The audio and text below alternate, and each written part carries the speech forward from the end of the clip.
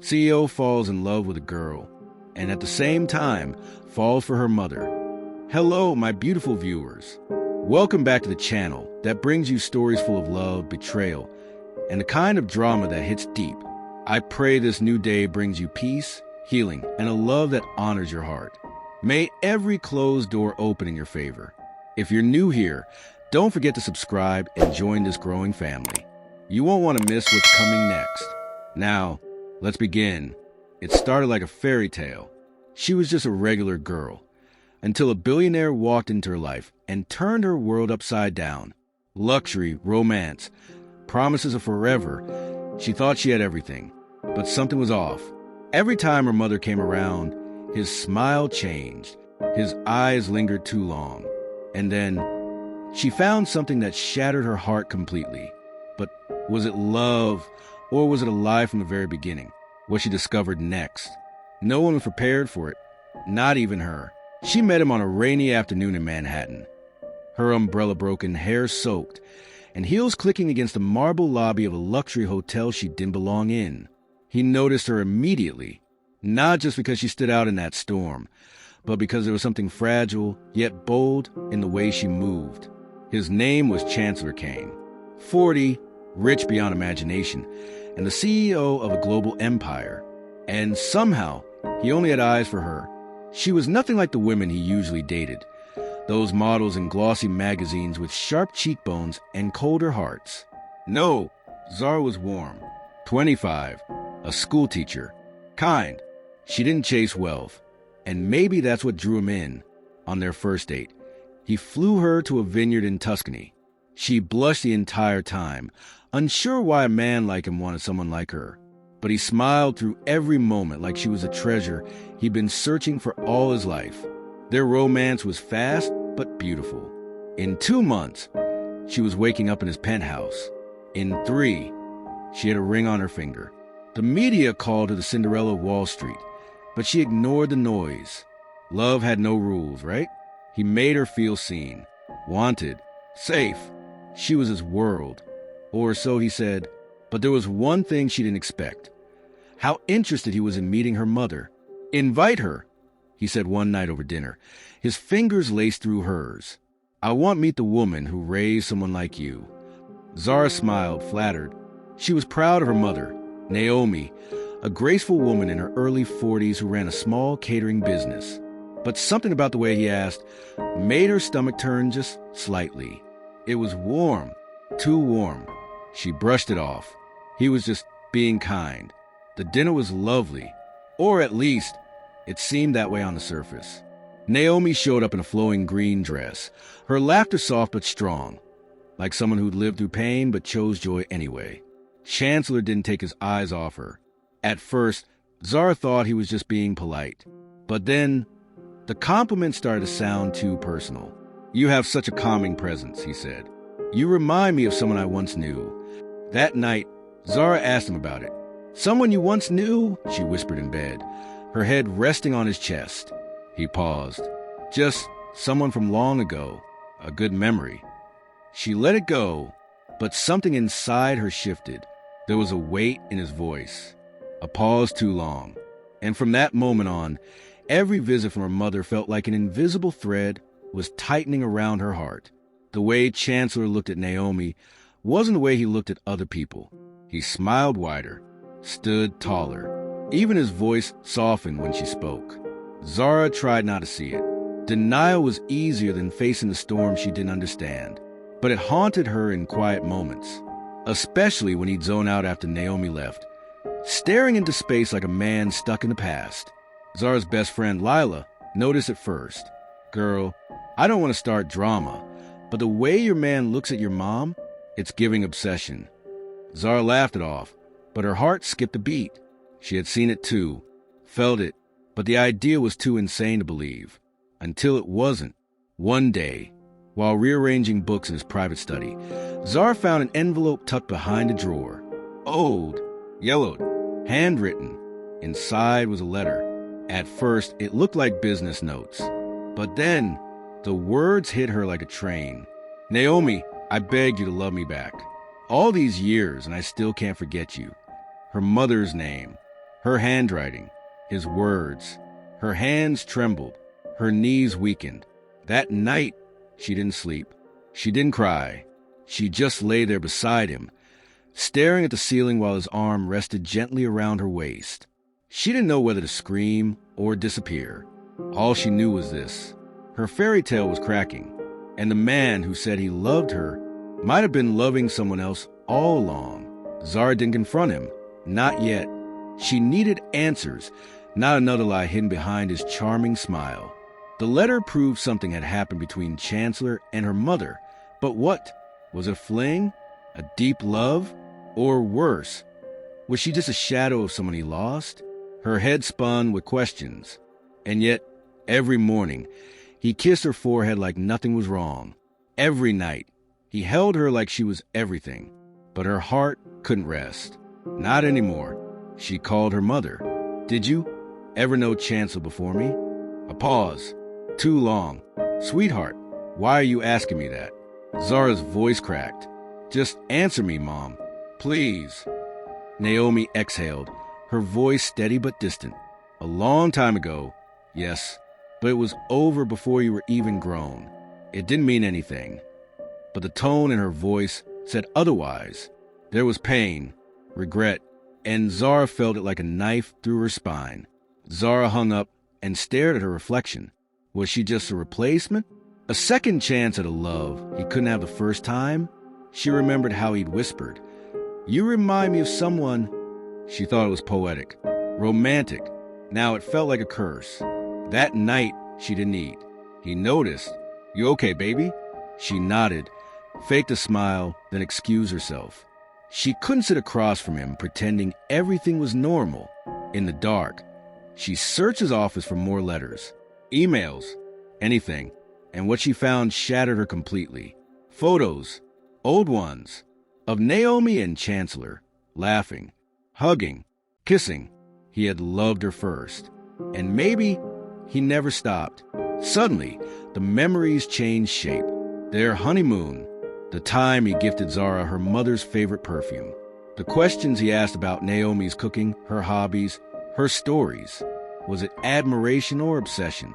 Zara sat on the cold marble floor, holding the photos, and for the first time since marrying him, she felt truly alone. Days passed. She acted normal, smiled, kissed him back.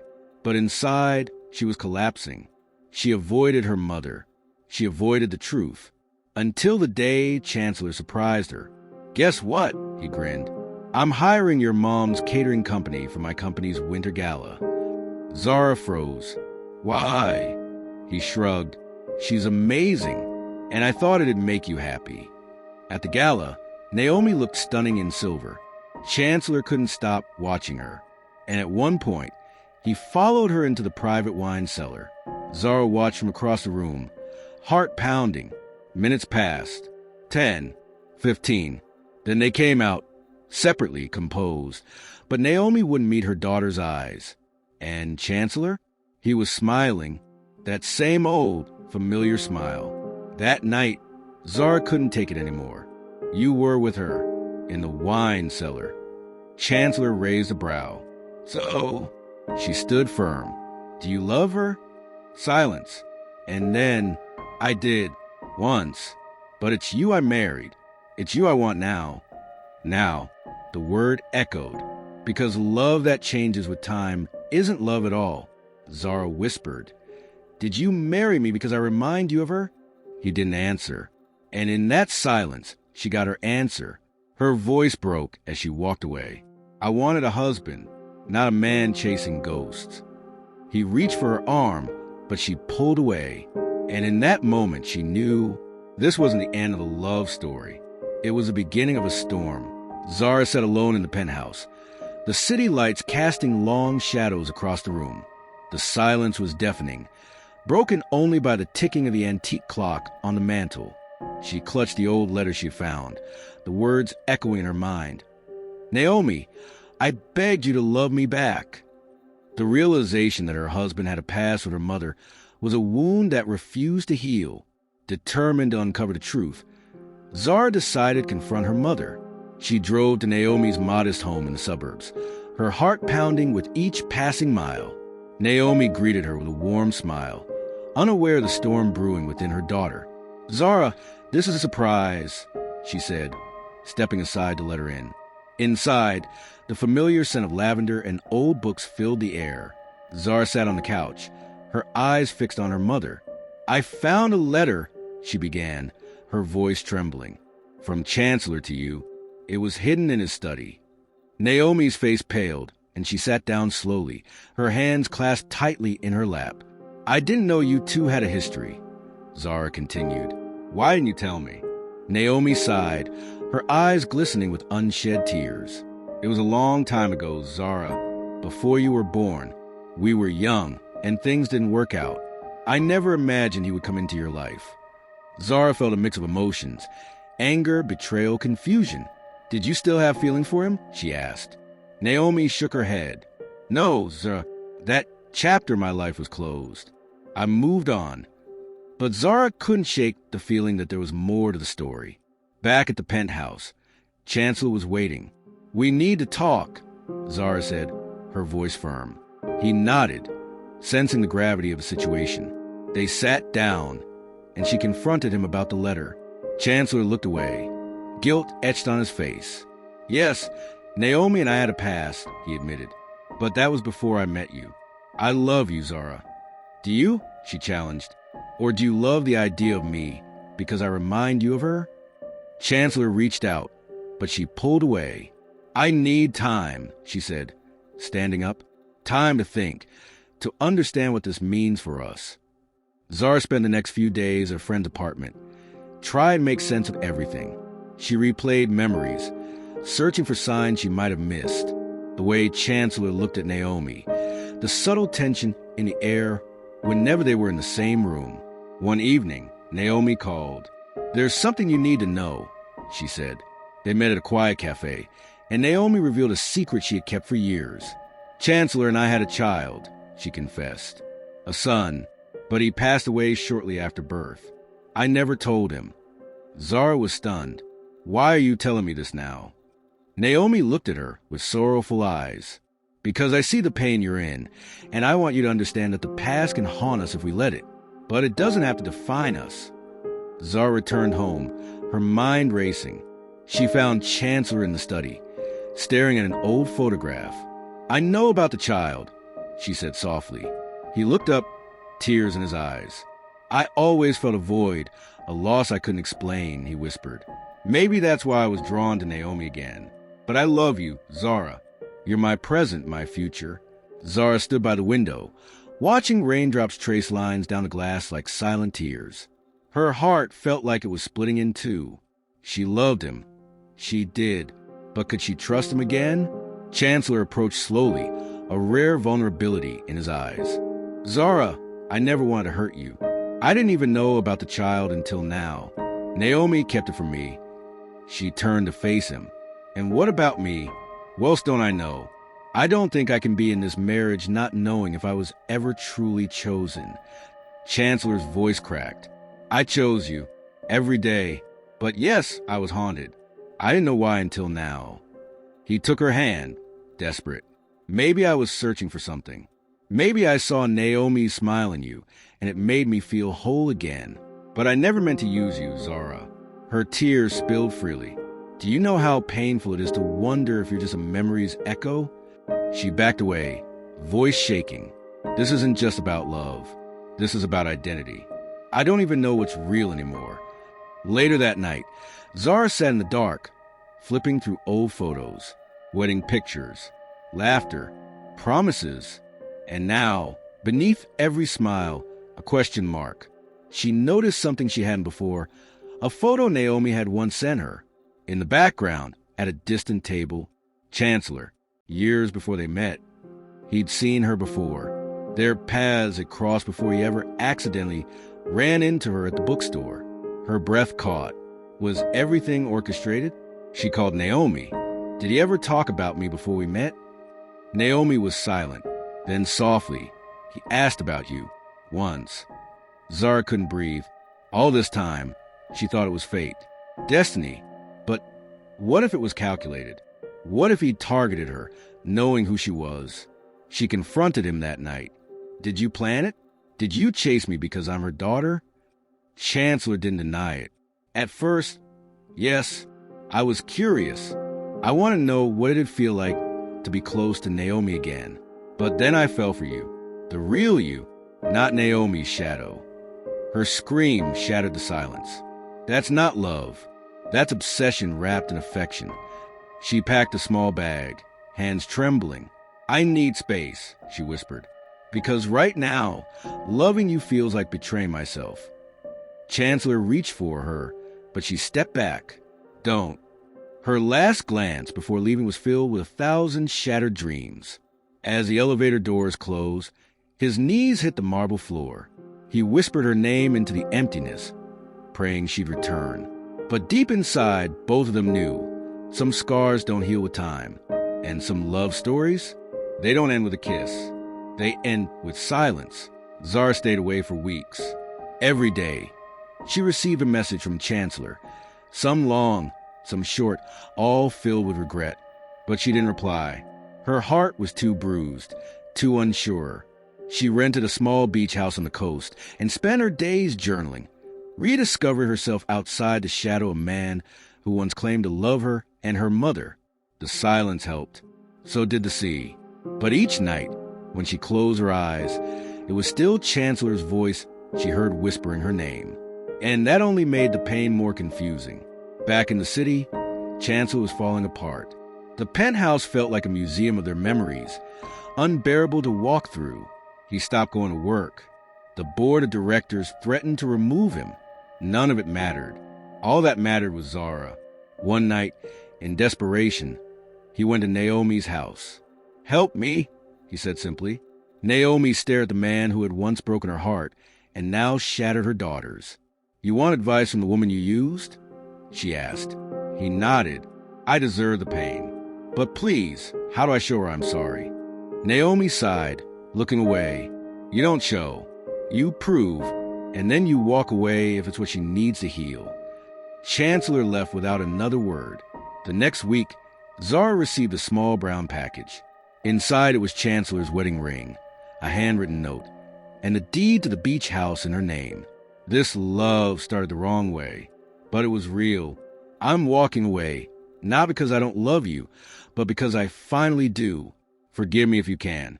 Forget me if you must." For the first time in weeks, she cried, but not in anger. 3 months passed. Spring bloomed. Zara moved back to the city, not to Chancellor, but to herself. She started a wellness foundation for women recovering from emotional betrayal. Her strength became her power. She smiled more and cried less. Until one morning, while reading a storybook to orphan girls at the foundation, she turned a page and saw a drawing. A girl on the beach, holding hands with a faceless man. In the corner, a child's messy signature, Chancellor. Her eyes widened. He was volunteering at shelters now. Quietly, anonymously, away from the headlines. She went to find him, not to restart, but to understand. When she arrived at the shelter, he was in the garden, teaching kids how to plant tomatoes. He didn't see her at first, but when he did, time seemed to stop. "Hi," she said softly.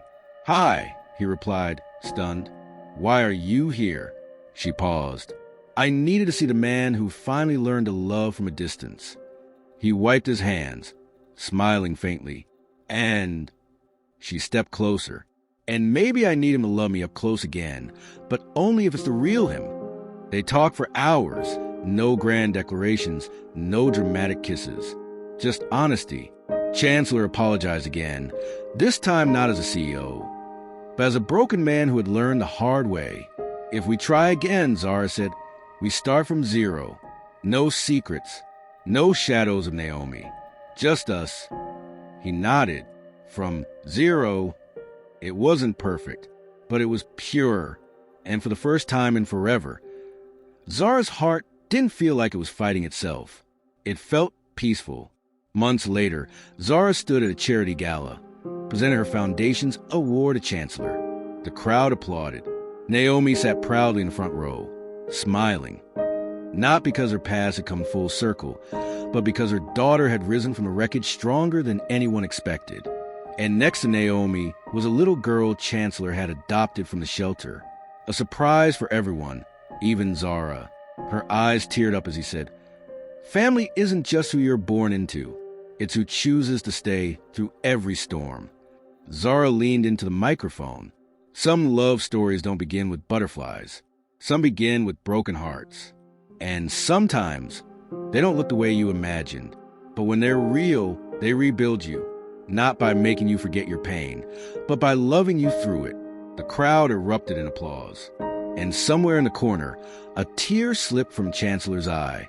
Later that night, on the rooftop of the gala, Zara and Chancellor danced under the stars. "Do you still hear her voice?" she asked. "Naomi's." He shook his head. "Not anymore. Now I only hear yours." She smiled. Then we're finally free. Their lips met, not with hunger, but with healing. And as the music faded, they knew they had rewritten the ending of a story that was never supposed to survive. But it did, because love, real love, isn't perfect. It's patient, it's honest, and sometimes it takes falling for the wrong reasons to love someone for the right ones. The end.